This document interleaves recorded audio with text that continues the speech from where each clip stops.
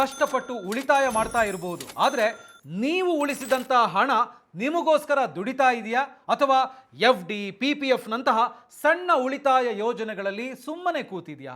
ಅರೆ ಸುಮ್ಮನೆ ಕೂತಿದ್ಯಾ ಅಂತ ಯಾಕೆ ಹೇಳ್ತಾ ಇದ್ದೀರಾ? ಗ್ಯಾರಂಟಿಡ್ ರಿಟರ್ನ್ ಸಿಗ್ತಾ ಇದೆಯಲ್ಲ ಅಂತ ನೀವು ಹೇಳ್ಬೋದು.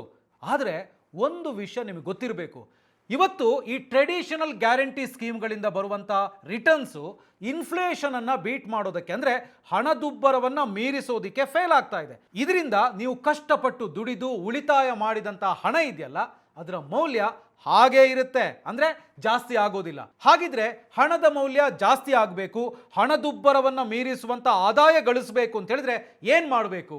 ಎಸ್, ಅದಕ್ಕೆ ಉತ್ತರ ಈ ವಿಡಿಯೋದಲ್ಲಿ ಹೇಳ್ತೀನಿ, ಕಂಪ್ಲೀಟ್ ಆಗಿ ನೋಡಿ. ಹಾಯ್ ಹಲೋ ನಮಸ್ಕಾರ, ವೆಲ್ಕಮ್ ಟು ಬಾಸ್ವಾಲ ಕನ್ನಡ. ನಾನು ಶೇಷಕೃಷ್ಣ ಭಟ್.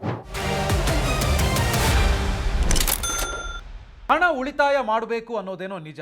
ಹಾಗಂತ ಈ ಟ್ರೆಡಿಷನಲ್ ಗ್ಯಾರಂಟಿ ಸ್ಕೀಮ್ಗಳಲ್ಲಿ ಇನ್ವೆಸ್ಟ್ ಮಾಡಿದರೆ ನೀವು ಉಳಿಸಿರುವಂಥ ಹಣ ಇನ್ಫ್ಲೇಷನ್ ಅನ್ನು ಬೀಟ್ ಮಾಡಲ್ಲ. ಹಾಗಿದ್ರೆ ಹಣದುಬ್ಬರವನ್ನು ಮೀರಿ ಬೆಳೆಯುವಂಥ ಹಣದ ಮೌಲ್ಯಗಳನ್ನು ಹೆಚ್ಚಿಸೋ ದಾರಿ ಏನು ಅನ್ನೋದನ್ನು ಈಗ ನೋಡೋಣ. ಅದಕ್ಕೂ ಮೊದಲು ಈ ಟ್ರೆಡಿಷನಲ್ ಅಥವಾ ಸಾಂಪ್ರದಾಯಿಕ ಗ್ಯಾರಂಟಿ ಸ್ಕೀಮ್ಗಳು ಅಂತ ಹೇಳಿದ್ರೆ ಯಾವುದು ಅನ್ನೋದನ್ನ ಮೊದಲಿಗೆ ನೋಡೋಣ. ನೋಡಿ, ಉದಾಹರಣೆಗೆ ಹೇಳಬೇಕು ಅಂತ ಹೇಳಿದ್ರೆ ಎಫ್ ಡಿ, ಫಿಕ್ಸ್ಡ್ ಡೆಪಾಸಿಟ್. ಇದರಲ್ಲಿ ರಿಸ್ಕ್ ಇಲ್ಲ, ಸುರಕ್ಷತೆಯನ್ನು ನೀಡುತ್ತೆ ಅನ್ನೋದೇನೋ ನಿಜ. ಆದರೆ ರಿಟರ್ನ್ಸ್ ನೋಡಿದ್ರೆ ಸುಮಾರು 6-7% ಮಾತ್ರ. ಇನ್ನು ಪಬ್ಲಿಕ್ ಪ್ರಾವಿಡೆಂಟ್ ಫಂಡ್ ಅಥವಾ ಪಿ ಪಿ ಎಫ್, ಈ ಸ್ಕೀಮ್ನಲ್ಲಿ ಟ್ಯಾಕ್ಸ್ ಬೆನಿಫಿಟ್ ಸಿಗುತ್ತೆ, ಆದರೆ ರಿಟರ್ನ್ಸ್ ನೋಡಿದರೆ ಸುಮಾರು 7-8% ಮಾತ್ರ. ಅಷ್ಟೇ ಅಲ್ಲ, 15 ವರ್ಷಗಳ ಲಾಕ್ ಇನ್ ಪೀರಿಯಡ್ ಕೂಡ ಇರುತ್ತೆ. ಇನ್ನು ಮುಂದೆ ಹಿರಿಯ ನಾಗರಿಕರ ಉಳಿತಾಯ ಯೋಜನೆ, ಸೀನಿಯರ್ ಸಿಟಿಜನ್ ಸೇವಿಂಗ್ ಸ್ಕೀಮ್. ಈ ಸ್ಕೀಮ್ನಲ್ಲಿ ಎಲ್ಲರೂ ಹಣ ಹಾಕೋದಕ್ಕೆ ಆಗೋದಿಲ್ಲ, ಕೇವಲ ಹಿರಿಯ ನಾಗರಿಕರು ಮಾತ್ರ ಇದರಲ್ಲಿ ಹೂಡಿಕೆ ಮಾಡಬಹುದು. ಅಂದರೆ ವಯಸ್ಸಿನ ಅರ್ಹತೆಗೆ ಇದು ಸೀಮಿತವಾಗಿರುತ್ತೆ. ನೆಕ್ಸ್ಟು ಸುಕನ್ಯಾ ಸಮೃದ್ಧಿ ಯೋಜನೆ. ಈ ಯೋಜನೆಯಲ್ಲಿ ಎಲ್ಲರೂ ಹೂಡಿಕೆ ಮಾಡೋದಕ್ಕೆ ಸಾಧ್ಯ ಇಲ್ಲ.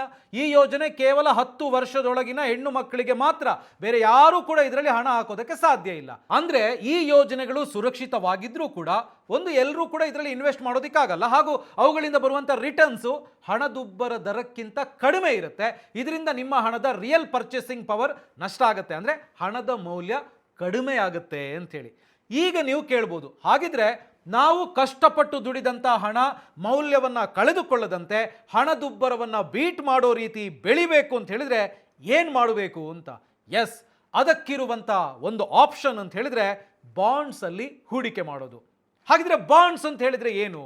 ಬಾಂಡ್ಸ್ ಅಂತ ಹೇಳಿದ್ರೆ ಒಂದು ರೀತಿಯ ಸಾಲದ ಪತ್ರಗಳು. ಇಲ್ಲಿ ನೀವು ಸರ್ಕಾರಕ್ಕೆ ಅಥವಾ ಕಾರ್ಪೊರೇಟ್ ಕಂಪನಿಗಳಿಗೆ ಹಣವನ್ನು ಸಾಲವಾಗಿ ನೀಡ್ತೀರಿ. ಇದಕ್ಕೆ ಪ್ರತಿಯಾಗಿ ಅವರು ನಿಮಗೆ ನಿಯಮಿತವಾಗಿ ಬಡ್ಡಿಯನ್ನು ಪೇ ಮಾಡ್ತಾರೆ ಮತ್ತು ಅವಧಿ ಮುಗಿದ ನಂತರ ನೀವು ಸಾಲವಾಗಿ ಕೊಟ್ಟಂಥ ಹಣ ಇದೆಯಲ್ಲ ಅದನ್ನು ವಾಪಸ್ ಮಾಡ್ತಾರೆ. ನೀವು ಸಾಲ ಕೊಡುವಂಥ ಸಂದರ್ಭದಲ್ಲಿ ಅವರು ನಿಮಗೆ ಬಾಂಡ್ ಕೊಟ್ಟಿರ್ತಾರೆ, ನೀವು ವಾಪಸ್ ಹಣ ಪಡೆಯುವಂಥ ಸಂದರ್ಭದಲ್ಲಿ ಅದನ್ನು ಸರ್ಕಾರ ಅಥವಾ ಕಾರ್ಪೊರೇಟ್ ಕಂಪನಿಗಳಿಗೆ ನೀವು ವಾಪಸ್ ಕೊಟ್ಟರೆ ಆಯಿತು. ಹಾಗಿದ್ರೆ ಈ ಬಾಂಡ್ಸಿಂದ ಪ್ರಯೋಜನಗಳೇನು? ಮೊದಲನೇದು ಹೆಚ್ಚಿನ ಆದಾಯ. ಸಾಮಾನ್ಯವಾಗಿ ಬಾಂಡ್ಸು ಟ್ರೆಡಿಷನಲ್ ಗ್ಯಾರಂಟಿ ಸ್ಕೀಮ್ಗಳಿಂದ ಹೆಚ್ಚಿನ ರಿಟರ್ನ್ಸ್ ಕೊಡ್ತವೆ, ಅಂದರೆ 9-12% ರಿಟರ್ನ್ಸ್ ಇಲ್ಲಿ ಸಿಗುತ್ತೆ. ಎರಡನೇದು ನಿರೀಕ್ಷಿತ ಆದಾಯ.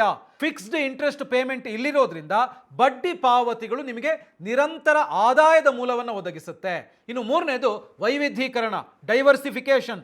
ನಿಮ್ಮ ಪೋರ್ಟ್ಫೋಲಿಯೋಗೆ ಬಾಂಡುಗಳನ್ನು ಸೇರಿಸೋದ್ರಿಂದ ಒಟ್ಟಾರೆ ರಿಸ್ಕ್ ಇದೆಯಲ್ಲ ಅದು ಕಡಿಮೆ ಆಗುತ್ತೆ, ಹಾಗೂ ನಿಮ್ಮ ಹಣ ಇನ್ಫ್ಲೇಷನ್ ಅನ್ನು ಬೀಟ್ ಮಾಡೋದಕ್ಕೆ ಸಹಾಯ ಮಾಡುತ್ತೆ. ಸೊ ಇದನ್ನು ಇನ್ನೂ ಸರಿಯಾಗಿ ಅರ್ಥ ಮಾಡ್ಕೊಳ್ಳೋದಕ್ಕಾಗಿ ಬಾಂಡ್ಸ್ ಅನ್ನು ಟ್ರೆಡಿಷನಲ್ ಯೋಜನೆಗಳೊಂದಿಗೆ ಹೋಲಿಕೆ ಮಾಡಿ ಒಂದ್ಸರ್ತಿ ನೋಡೋಣ. ಈಗ ನಿಮ್ಮ ಸ್ಕ್ರೀನಲ್ಲಿ ಒಂದು ಚಾರ್ಟ್ ಬರ್ತಾ ಇದೆ, ಗಮನಿಸಿ. ಸೊ ನಾವಿಲ್ಲಿ ಮೇಯ್ನ್ ಆಗಿ ಟ್ರೆಡಿಷನಲ್ ಇನ್ವೆಸ್ಟ್ಮೆಂಟ್ ಸ್ಕೀಮ್ಗಳು ಮತ್ತು ಬಾಂಡ್ಸನ್ನು ಕಂಪೇರ್ ಮಾಡಿ ನೋಡೋಣ. ಸೊ ಫೀಚರ್ ಅಂತ ಹೇಳಿ ಬಂದಾಗ ಯಾವ್ಯಾವುದು ಟ್ರೆಡಿಷನಲ್ ಇನ್ವೆಸ್ಟ್ಮೆಂಟ್ ಸ್ಕೀಮ್ಸು?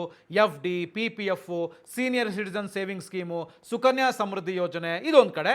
ಮತ್ತೊಂದು ಕಡೆ ಬಾಂಡ್ಸು. ಸೊ ಇಲ್ಲಿ ಮೊದಲನೇದಾಗಿ ನಾವು ನೋಡಬೇಕಾಗಿರೋದು ಸುರಕ್ಷತೆ. ಟ್ರೆಡಿಷನಲ್ ಇನ್ವೆಸ್ಟ್ಮೆಂಟ್ಗಳಲ್ಲೂ ಕೂಡ ಸುರಕ್ಷತೆ ಹೆಚ್ಚಿದೆ. ಅದೇ ಥರ ಬಾಂಡ್ಸ್ ಅಂತ ಹೇಳಿ ನೋಡಿದರೆ ಇಲ್ಲೂ ಕೂಡ ಸುರಕ್ಷತೆ ಹೆಚ್ಚಿದೆ. ನೆಕ್ಸ್ಟು ಆದಾಯ. Traditional investment F D, P P F ಇದರಲ್ಲೆಲ್ಲ 6-8% ನಿಮಗೆ ರಿಟರ್ನ್ ಸಿಗುತ್ತೆ. ಅದೇ ಬಾಂಡ್ಸನ್ನು ನೋಡೋದಿದ್ರೆ 9-12% ರಿಟರ್ನ್ ಸಿಗುತ್ತೆ. Next liquidity. ಲಿಕ್ವಿಡಿಟಿ ಅಂತ ಹೇಳಿದ್ರೆ ನಾವು ಇನ್ವೆಸ್ಟ್ ಮಾಡಿರುವಂಥ ಹಣವನ್ನು ನಮಗೆ ಬೇಕಾದಂಥ ಸಂದರ್ಭದಲ್ಲಿ ವಿತ್ಡ್ರಾ ಮಾಡೋದಕ್ಕೆ ಆಗುತ್ತಾ ಅಂತ. So FD, PPF, senior citizen saving scheme, SSY, Sukanya Samriddhi Yojana ಅಂತೇಳಿ ನೋಡಿದರೆ ಇಲ್ಲಿ ಲಿಕ್ವಿಡಿಟಿ ತುಂಬ ಕಡಿಮೆ. ನಿಮಗೆ ಬೇಕಾದಂತೆ ನೀವು ಅದನ್ನು ವಿತ್ಡ್ರಾ ಮಾಡೋದಕ್ಕಾಗಲ್ಲ. PPF ಅಂತ ಹೇಳಿದ್ರೆ 15 ವರ್ಷ ಇಟ್ಟಿರಲೇಬೇಕಾಗುತ್ತೆ. ಸುಕನ್ಯಾ ಸಮೃದ್ಧಿ ಯೋಜನೆ ಅಂತ ಹೇಳಿದ್ರೆ ಮಗುವಿಗೆ 21 ವರ್ಷ ಆಗುವವರೆಗೆ ನೀವು ಕಾಯಲೇಬೇಕಾಗುತ್ತೆ. ಸೊ ಇನ್ನು ಬಾಂಡ್ಸಲ್ಲಿ ನೋಡೋದಿದ್ರೆ ಲಿಕ್ವಿಡಿಟಿ ಮಧ್ಯಮ, ಅಂದರೆ ನೀವು ಯಾವಾಗ ಬೇಕಾದರೂ ಬಾಂಡ್ಸನ್ನು ಮಾರಾಟ ಮಾಡ್ಬೋದು, ವಿತ್ಡ್ರಾ ಮಾಡ್ಬೋದು. ಆದರೆ ಆಗ ಪ್ರಸ್ತುತ ಬೆಲೆ ಏನಿರುತ್ತೋ ಅಥವಾ ಕಡಿಮೆ ಬೆಲೆಗೆ ಖರೀದಿದಾರರು ಸಿಗುವುದರ ಮೇಲೆ ಅದು ಅವಲಂಬಿತವಾಗಿರುತ್ತದೆ. ಆದರೆ ಅವಕಾಶ ಅಂತೂ ಖಂಡಿತವಾಗ್ಲೂ ಇದೆ. ಸೊ ಇನ್ನು ನೆಕ್ಸ್ಟು ಲಾಕ್ ಇನ್ ಅವಧಿ. ಸೊ PPF, FD ಈ ಟ್ರೆಡಿಷನಲ್ ಇನ್ವೆಸ್ಟ್ಮೆಂಟಲ್ಲಿ 5 ರಿಂದ 15 ವರ್ಷ ಇರುತ್ತೆ. ಅದೇ ನೀವು ಬಾಂಡ್ಸ್ಗೆ ಬಂದರೆ 1 ರಿಂದ 5 ವರ್ಷಗಳು ಮಾತ್ರ ಇರುತ್ತೆ. ಇನ್ನು ನೆಕ್ಸ್ಟು ಟ್ಯಾಕ್ಸ್ ಬೆನಿಫಿಟ್ಟು, ತೆರಿಗೆ ಪ್ರಯೋಜನ. ಟ್ರೆಡಿಷನಲ್ ಇನ್ವೆಸ್ಟ್ಮೆಂಟ್ ಸ್ಕೀಮಲ್ಲಿ ತೆರಿಗೆ ಬೆನಿಫಿಟ್ ಇದೆ, ಆದರೆ ಬಾಂಡ್ಸ್ ಅಂತ ಹೇಳಿ ಬಂದಾಗ ಅಲ್ಲಿ ಬದಲಾಗ್ತಾ ಇರುತ್ತೆ. ಸೊ ಇದನ್ನು ನೋಡಿದಾಗ ನಿಮಗೆ ಕ್ಲಿಯರ್ ಆಗಿ ಗೊತ್ತಾಗಿರುತ್ತೆ, ಕಂಪ್ಯಾರಿಟಿವ್ಲಿ ಬಾಂಡ್ಗಳು ಕಡಿಮೆ ರಿಸ್ಕ್ನೊಂದಿಗೆ ಹೆಚ್ಚಿನ ಆದಾಯವನ್ನು ನೀಡ್ತವೆ, ಹಾಗೂ ಇದು ಸಾಂಪ್ರದಾಯಿಕ ಯೋಜನೆಗಳಿಗೆ ಒಂದು ಪರ್ಯಾಯವಾದಂತಹ ಆಕರ್ಷಕವಾದಂತಹ ಹೂಡಿಕೆಯ ದಾರಿ ಅಂತ. ಆದರೆ ಬಾಂಡ್ಗಳಲ್ಲಿ ಹೂಡಿಕೆ ಮಾಡಬೇಕು ಅಂತ ಹೇಳಿ ಬಂದಾಗ ಎಕ್ಸ್ಪರ್ಟ್ಗಳು ಏನು ಹೇಳ್ತಾರೆ ಅಂತ ಹೇಳಿದ್ರೆ, ನಮಗೆ ಗೊತ್ತಿಲ್ಲದೆ ಡೈರೆಕ್ಟ್ ಆಗಿ ಬಾಂಡ್ಸ್ಗಳಲ್ಲಿ ಹೂಡಿಕೆ ಮಾಡೋ ಬದಲು ಸೆಬಿ ರಿಜಿಸ್ಟರ್ಡ್ ಪ್ಲಾಟ್ಫಾರ್ಮ್ ಮೂಲಕ ಮಾಡಿದ್ರೆ ಅಷ್ಟೊಂದು ರಿಸ್ಕ್ ಇರೋದಿಲ್ಲ ಅಂತ. ಹಾಗಿದ್ರೆ ಸೆಬಿ ರಿಜಿಸ್ಟರ್ಡ್ ಪ್ಲಾಟ್ಫಾರ್ಮ್ ಯಾವುದು ಅಂತ ಕೇಳಿದ್ರೆ ಅದೇನೆ ವಿಂಟ್ ವೆಲ್ತ್. ಹೌದು, ವಿಂಟ್ ವೆಲ್ತ್ ಇದು ಒಂದು ಸೆಬಿ ರಿಜಿಸ್ಟರ್ಡ್ ಪ್ಲಾಟ್ಫಾರ್ಮ್ ಆಗಿದೆ. ಇದು ಸಾಮಾನ್ಯ ಹೂಡಿಕೆದಾರರಿಗೆ ಆಯ್ಕೆ ಮಾಡಿದ ಕಾರ್ಪೊರೇಟ್ ಮತ್ತು ಸರ್ಕಾರಿ ಬಾಂಡ್ಗಳಲ್ಲಿ ಹೂಡಿಕೆ ಮಾಡೋದಕ್ಕೆ ಅವಕಾಶ ನೀಡುತ್ತೆ. ಹಾಗಿದ್ರೆ ವಿಂಟ್ ವೆಲ್ತ್ನ ಪ್ರಮುಖ ಫೀಚರ್ಗಳು ಏನು ಅಂತ ಹೇಳುವಂಥದ್ದನ್ನ ನೋಡೋಣ ಬನ್ನಿ. ಮೊದಲನೇದು ಕನಿಷ್ಠ ಹೂಡಿಕೆ. ಇಲ್ಲಿ ನೀವು ಕೇವಲ 1,000 ರೂಪಾಯಿಂದನೂ ಹೂಡಿಕೆಯನ್ನು ಆರಂಭಿಸ್ಬೋದು. ಎರಡನೇದು ಆದಾಯ, 9 ರಿಂದ 12% ವರೆಗೆ ಫಿಕ್ಸ್ಡ್ ರಿಟರ್ನ್ಸ್ ಗಳಿಸ್ಬೋದು. ಮೂರನೇದು ಝೀರೋ ಡಿಫಾಲ್ಟ್ಗಳು, ಇಲ್ಲಿವರೆಗೂ ಕೂಡ ಯಾವುದೇ ಡಿಫಾಲ್ಟ್ ಆಗಿಲ್ಲ, ಅಂದರೆ ಸಾಲ ಮರುಪಾವತಿ ವೈಫಲ್ಯದ ಬಗ್ಗೆ ವರದಿಯಾಗಿಲ್ಲ. ಇನ್ನು ನಾಲ್ಕನೇದು ಬಳಕೆದಾರ ಸ್ನೇಹಿ ಇಂಟರ್ಫೇಸ್. ಈ ಪ್ಲಾಟ್ಫಾರ್ಮ್ನಲ್ಲಿ ಸರಳವಾಗಿ ಸುಲಭವಾಗಿ ಹೂಡಿಕೆ ಮಾಡಬಹುದು. ಹಾಗಿದ್ರೆ ಈಗ ವಿಂಟ್ ವೆಲ್ತ್ ಪ್ಲಾಟ್ಫಾರ್ಮ್ ಮೂಲಕ ಬಾಂಡ್ಗಳಲ್ಲಿ ಹೂಡಿಕೆ ಮಾಡೋದು ಹೇಗೆ ಅನ್ನೋದನ್ನ ಸ್ಟೆಪ್ ಬೈ ಸ್ಟೆಪ್ ನೋಡೋಣ. ಸೊ ನೀವೇನು ಮಾಡಬೇಕು ಈಗ ಅಂತ ಹೇಳಿದ್ರೆ, ಡಿಸ್ಕ್ರಿಪ್ಷನಲ್ಲಿ ಲಿಂಕ್ ಕೊಟ್ಟಿರ್ತೀನಿ, ಅದನ್ನು ಕ್ಲಿಕ್ ಮಾಡಿ ವಿಂಟ್ ವೆಲ್ತ್ ಆ್ಯಪನ್ನು ಡೌನ್ಲೋಡ್ ಮಾಡಿ. ಸೊ ಮೊದಲನೇದಾಗಿ ನೀವು ಸೈನ್ ಅಪ್ ಮಾಡಿ. ವಿಂಟ್ ವೆಲ್ತ್ ಪ್ಲಾಟ್ಫಾರ್ಮ್ ಅಲ್ಲಿ ಅಕೌಂಟ್ ಓಪನ್ ಮಾಡಿ. ಅದಾದಮೇಲೆ KYCಯನ್ನು ಪೂರ್ಣಗೊಳಿಸಬೇಕಾಗತ್ತೆ. ಸೊ ಅಲ್ಲಿ ಕೇಳುವಂಥ ಪರಿಶೀಲನೆಗಾಗಿ ಅಗತ್ಯವಿರುವಂಥ ದಾಖಲೆಗಳನ್ನು, ಡಾಕ್ಯುಮೆಂಟ್ಸನ್ನು ನೀವು ಕೊಡಬೇಕಾಗತ್ತೆ.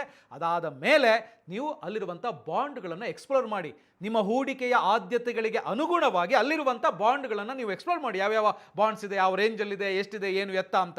ಅದಾದಮೇಲೆ ಬಾಂಡನ್ನು ಆಯ್ಕೆ ಮಾಡಿ. ನಿಮ್ಮ ಆರ್ಥಿಕ ಗುರಿಗಳಿಗೆ ಸರಿ ಹೊಂದುವಂಥ ಬಾಂಡ್ಸನ್ನು ನೀವು ಚೂಸ್ ಮಾಡಬೇಕಾಗುತ್ತೆ. ಬೇಕಾದಷ್ಟು ಬಾಂಡ್ಸ್ ಇರ್ತವೆ ಅಲ್ಲಿ, ಅದನ್ನು ನೀವು ಚೂಸ್ ಮಾಡಬೇಕು. ಅದಾದಮೇಲೆ ನೀವು ಚೂಸ್ ಮಾಡಿದಂಥ ಬಾಂಡ್ಸನ್ನು ನೀವು ತಗೊಳ್ಬೇಕು ಅಂತ ಹೇಳಿದ್ರೆ ಆ ಪೇಮೆಂಟ್ ಪ್ರಕ್ರಿಯೆ ಇದೆಯಲ್ಲ, ಆ ಪಾವತಿ ಪ್ರಕ್ರಿಯೆಯನ್ನು ನೀವು ಪೂರ್ಣಗೊಳಿಸಿ. ಬಾಂಡನ್ನು ಪರ್ಚೇಸ್ ಮಾಡಿದ ನಂತರ ಹೂಡಿಕೆಯನ್ನು ಟ್ರ್ಯಾಕ್ ಮಾಡ್ತಾ ಇರಿ. ನಿಮ್ಮ ಹೂಡಿಕೆಯನ್ನು ಆಗಾಗ ನೀವು ಗಮನಿಸ್ತಾ ಇರಬೇಕು. ಹಾಗೆಯೇ ನಿಯಮಿತವಾಗಿ ಬಡ್ಡಿ ಪಾವತಿಗಳನ್ನು ಪಡಿತಾ ಇರ್ಬೋದು. ಹಾಗಿದ್ರೆ ನೀವು ಕೇಳ್ಬೋದು, ಬಾಂಡ್ಗಳಲ್ಲಿ ಹೂಡಿಕೆ ಮಾಡೋದ್ರಿಂದ ಆಗುವಂತ ಪ್ರಯೋಜನಗಳೇನು ಅಂತ ಹೇಳಿ. ಮೊದಲನೇ ಪ್ರಯೋಜನ ಅಂತ ಹೇಳಿದ್ರೆ ಸ್ಥಿರ ಆದಾಯದ ಮೂಲ, ಅಂದ್ರೆ ಸ್ಟೆಡಿ ಇನ್ಕಮ್ ಸ್ಟ್ರೀಮ್. ಬಾಂಡ್ಸ್ಗಳಲ್ಲಿ ನೀವು ಹಣ ಹೂಡುವ ಸಂದರ್ಭದಲ್ಲಿ ಏನು ಇಂಟ್ರೆಸ್ಟ್ ರೇಟ್ ಫಿಕ್ಸ್ ಆಗಿರುತ್ತೋ ಅದನ್ನೇ ನೀವು ನಿರಂತರವಾಗಿ ಪಡಿತೀರಿ. ಅಂದ್ರೆ ಇದೊಂದು ಸ್ಥಿರ ಆದಾಯದ ಮೂಲ. ಎರಡನೇದು ಬಂಡವಾಳ ಸಂರಕ್ಷಣೆ ಅಥವಾ ಕ್ಯಾಪಿಟಲ್ ಪ್ರಿಸರ್ವೇಷನ್. ಬಾಂಡ್ಸು ಷೇರುಗಳಿಗಿಂತ ಕಡಿಮೆ ಚಂಚಲತೆಯನ್ನು, ಅಂದರೆ ಕಡಿಮೆ ವಾಲಟೈಲಿಟಿಯನ್ನು ಹೊಂದಿರುತ್ತೆ. ಹಾಗಾಗಿ ಇಲ್ಲಿ ನಿಮ್ಮ ಬಂಡವಾಳ ಕರಗೋದಿಲ್ಲ, ಬದಲಾಗಿ ಇದು ನಿಮ್ಮ ಬಂಡವಾಳವನ್ನು ರಕ್ಷಿಸುತ್ತೆ. ಇನ್ನು ಮೂರನೇದು ಪೋರ್ಟ್ಫೋಲಿಯೋ ಡೈವರ್ಸಿಫಿಕೇಶನ್. ನಿಮ್ಮ ಹೂಡಿಕೆಯಲ್ಲಿ ಬಾಂಡ್ಸ್ ಅನ್ನ ಸೇರಿಸೋದ್ರಿಂದ ನಿಮ್ಮ ಹೂಡಿಕೆ ಪೋರ್ಟ್ಫೋಲಿಯೋದಲ್ಲಿನ ರಿಸ್ಕ್ ಅನ್ನ ಬ್ಯಾಲೆನ್ಸ್ ಮಾಡಬಹುದು. ನಾಲ್ಕನೇದು ತೆರಿಗೆ ಪರಿಗಣನೆ, ಟ್ಯಾಕ್ಸ್ ಕನ್ಸಿಡರೇಷನ್. ನಿಮಗೆ ಇಲ್ಲಿ ಬರೋ ಬಡ್ಡಿಯ ಆದಾಯಕ್ಕೆ ತೆರಿಗೆ ಇರುತ್ತೆ, ಆದರೆ ಕ್ಯಾಪಿಟಲ್ ಗೈನ್ಸ್ಗೆ ಬೇರೆ ತೆರಿಗೆ ದರಗಳು ಅನ್ವಯವಾಗಬಹುದು. ಸೊ ಇದೆಲ್ಲದರ ಜೊತೆಗೆ ಬಾಂಡ್ಗಳ ಬಗ್ಗೆ ಸಾಮಾನ್ಯ ತಪ್ಪು ಕಲ್ಪನೆಗಳಿವೆ. ಅದೇನು ಅಂತ ಹೇಳುವಂಥದ್ದನ್ನು ನೋಡೋಣ, ಅದನ್ನು ಸರಿ ಮಾಡ್ಕೊಳ್ಳೋಣ. ನೋಡಿ, ಬಾಂಡ್ಗಳ ಬಗ್ಗೆ ಇರುವಂಥ ಸಾಮಾನ್ಯ ತಪ್ಪು ಕಲ್ಪನೆಗಳು. ತಪ್ಪು ಕಲ್ಪನೆ 1, ಬಾಂಡ್ಗಳು ಕೇವಲ ಶ್ರೀಮಂತರಿಗೆ ಮಾತ್ರ ಅಂತ. ನೋಡಿ, ಇದು ಸರಿಯಲ್ಲ. ಸತ್ಯ ಏನು ಹಾಗಿದ್ರೆ? ನೋಡಿ, ನೀವು ಕೇವಲ 1,000 ರೂಪಾಯಿಂದನೂ ಕೂಡ ಬಾಂಡ್ಗಳಲ್ಲಿ ಹೂಡಿಕೆ ಮಾಡೋದಕ್ಕೆ ಪ್ರಾರಂಭಿಸ್ಬೋದು. ಇನ್ನು ತಪ್ಪು ಕಲ್ಪನೆ 2, ಬಾಂಡ್ಗಳನ್ನು ಅರ್ಥ ಮಾಡ್ಕೊಳ್ಳೋದು ತುಂಬಾ ಕಷ್ಟ. ಖಂಡಿತವಾಗ್ಲೂ ಅಲ್ಲ. ಸತ್ಯ ಏನು ಗೊತ್ತಾ? ಬಾಂಡ್ಗಳು ಸ್ಥಿರ ಆದಾಯವನ್ನು ನೀಡುವಂಥ ಸರಳ ಹೂಡಿಕೆಯ ಸಾಧನಗಳಾಗಿವೆ. ಅಂದರೆ ಇದು ತುಂಬ ಸಿಂಪಲ್ ಅಂತ. ಇನ್ನು ಮೂರನೇದು ತಪ್ಪು ಕಲ್ಪನೆ, ಬಾಂಡ್ಗಳು ರಿಸ್ಕ್ ಮುಕ್ತ ಅಂತ. ಅಲ್ಲ. ಸತ್ಯ ಏನು ಗೊತ್ತಾ? ಬಾಂಡ್ಗಳು ಷೇರುಗಳಿಗೆ ಕಂಪೇರ್ ಮಾಡಿದರೆ ಸುರಕ್ಷಿತ ಆಗಿದ್ರು ಕೂಡ ಅವು ಕೂಡ ಬಡ್ಡಿ ದರ ಮತ್ತು ಕ್ರೆಡಿಟ್ ರಿಸ್ಕ್ ನಂತಹ ಕೆಲವು ರಿಸ್ಕ್ಗಳನ್ನು ಹೊಂದಿರ್ತವೆ. ಸೊ ಫೈನಲಿ ಟ್ರೆಡಿಷನಲ್ ಗ್ಯಾರಂಟಿ ಸ್ಕೀಮ್ಗಳು ಅಥವಾ ಸಾಂಪ್ರದಾಯಿಕ ಗ್ಯಾರಂಟಿ ಯೋಜನೆಗಳು ರಿಸ್ಕ್ ಇಲ್ಲದೆ ಇದ್ರೂ ಕೂಡ ಅವುಗಳಿಂದ ಬರೋ ರಿಟರ್ನ್ಸ್ ಹಣದುಬ್ಬರವನ್ನು ಮೀರಿಸೋದು ಕಷ್ಟ. ಆದರೆ ಬಾಂಡ್ಗಳು ಹಾಗಲ್ಲ. ನಿರ್ವಹಿಸಬಹುದಾದಂಥ ರಿಸ್ಕ್ನೊಂದಿಗೆ ಹೆಚ್ಚಿನ ಆದಾಯವನ್ನು ಅಂದರೆ ರಿಟರ್ನ್ಸ್ ಕೊಡ್ತವೆ. ಹಾಗಾಗಿ ಬಾಂಡ್ಸು ಒಂದು ಉತ್ತಮ ಹೂಡಿಕೆ ಆಯ್ಕೆ ಅಂತ ಪರಿಗಣಿಸ್ಬೋದು. ಹಾಗಾಗಿ ನೀವು ಉತ್ತಮ ಆದಾಯ ಮತ್ತು ಆರ್ಥಿಕ ಬೆಳವಣಿಗೆಯತ್ತ ನಿಮ್ಮ ಪ್ರಯಾಣವನ್ನು ಆರಂಭಿಸೋದಕ್ಕೆ ವಿಂಟ್ ವೆಲ್ತ್ ಪ್ಲಾಟ್ಫಾರ್ಮ್ ಅನ್ನು ಎಕ್ಸ್ಪ್ಲೋರ್ ಮಾಡಿ. ಲಿಂಕ್ ಡಿಸ್ಕ್ರಿಪ್ಷನ್ ಅಲ್ಲಿ ಕೊಟ್ಟಿದ್ದೀನಿ. ಸೊ ಈ ವಿಡಿಯೋ ನಿಮಗೆ ಇಷ್ಟ ಆಗಿದೆ, ಇದರಿಂದ ನಿಮಗೆ ಹೆಲ್ಪ್ ಆಗಿದೆ ಅಂತ ಅನ್ಕೊಳ್ತೀನಿ.